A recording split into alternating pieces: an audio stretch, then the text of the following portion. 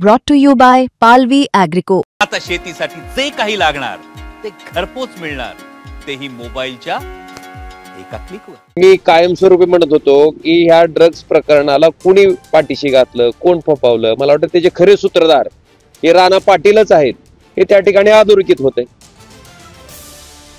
Tuljapur drugs प्रकरणातील आरोपींच्या भाजप प्रवेशानंतर ओमराजे निंबाळकर राणा पाटलांवर तुटून पडलेत। खरे सूत्रधार राणा पाटीलच आहेत, अशा प्रवृत्तीला योग्य धडा शिकवा म्हणत ओमराजे निंबाळकरांनी हल्लाबोल केलाय। तुळजापूर शहराला या ड्रग्जमुळे बदनाम करणारी खरं तर ही लोक आहेत आणि बदनामीपेक्षा तिथल्या तरुण युवकांना या व्यसनाच्या आहारी घालणं म्हणजे अक्षरशः पुढची पिढी बर्बाद करणारी ही माणसं आहेत। आणि अशा माणसाला जर एखादा पक्ष प्रवेश देत असेल, राजकीय आश्रय देत असेल, तर मी तुळजापूरच्या जनतेला आवाहन करेन की बाबा आता ह्या लोकांचा हिशोब करण्याची वेळ लवकरच तुमच्यावर आहे आणि तो हिशोब करत असताना आपली पुढची पिढी बर्बाद करणाऱ्या लोकांना आपण आपल्याला लोकशाहीनं जे शस्त्र दिलंय मतदानाचं, त्याच्या माध्यमातून योग्य असा धडा शिकवणं गरजेचं आहे। आणि मला वाटतंय भारतीय जनता पार्टीचं चालचरित्र आणि सगळ्यात महत्त्वाचं की मी कायमस्वरूपी म्हणत होतो की ह्या ड्रग्ज प्रकरणाला कोणी पाठीशी घातलं, कोण फोपावलं, मला वाटतं त्याचे खरे सूत्रधार हे राणा पाटीलच आहेत, हे त्या ठिकाणी अधोरेखित होते। शरद पवारांच्या राष्ट्रवादीच्या खासदार सुप्रिया सुळेंनी थेट देवेंद्र फडणवीसांना जाहीर पत्र लिहिलंय। तुळजापूर शहरातील काही जणांना काल भारतीय जनता पक्षात प्रवेश देण्यात आला असून त्यामध्ये ड्रग्ज तस्करी प्रकरणातील आरोपींचा देखील समावेश होता। विशेष म्हणजे हे प्रवेश भाजपच्या कार्यालयात आणि जबाबदार नेत्यांच्या उपस्थितीत झाले। ही बाब समाज मनात चिंतेची भावना निर्माण करणारी आहे। तुळजापूरमधील या प्रकरणाकडे आपण गांभीर्याने लक्ष घालून संबंधितांविरुद्ध योग्य ती कारवाई कराल अशी आम्हाला अपेक्षा आहे।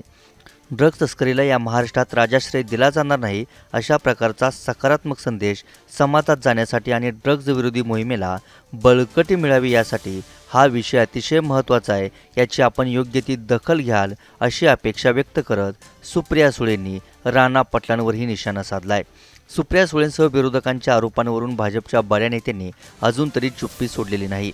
सुप्रिया सुळेंच्या कारवाईच्या मागणीनंतर भाजप शहर अध्यक्ष आनंद कंदलेंसह संतोष कदमांनी मी आधी तुमच्याच पक्षातून नगरसेवक झालो होतो म्हणत सुप्रिया सुळेंवर पलटवार केलाय की तुळजापूर ड्रग्ज प्रकरणामध्ये हा विषय मुळात त्याचा पर्दाफाश करायचं कामच आमच्या नेत्यांनी राणादादांनी केलंय।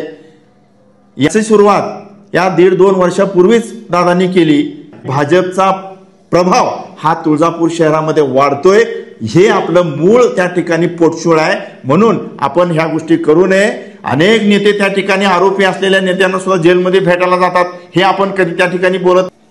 जो सुप्रियाताईंनी सांगितलं की भाजप हे ड्रग्स आरोपीला प्रवेश देत आहे,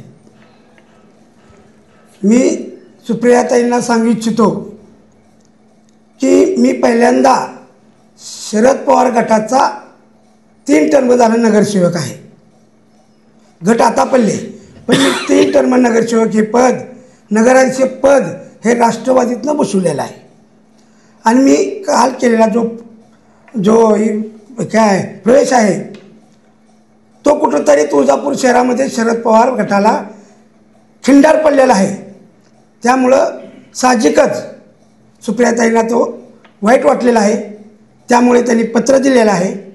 आणि हे जे म्हणतात ड्रग्स आरोपी, हे आरोपी ही ठरवणार नाहीत आरोपी कोण।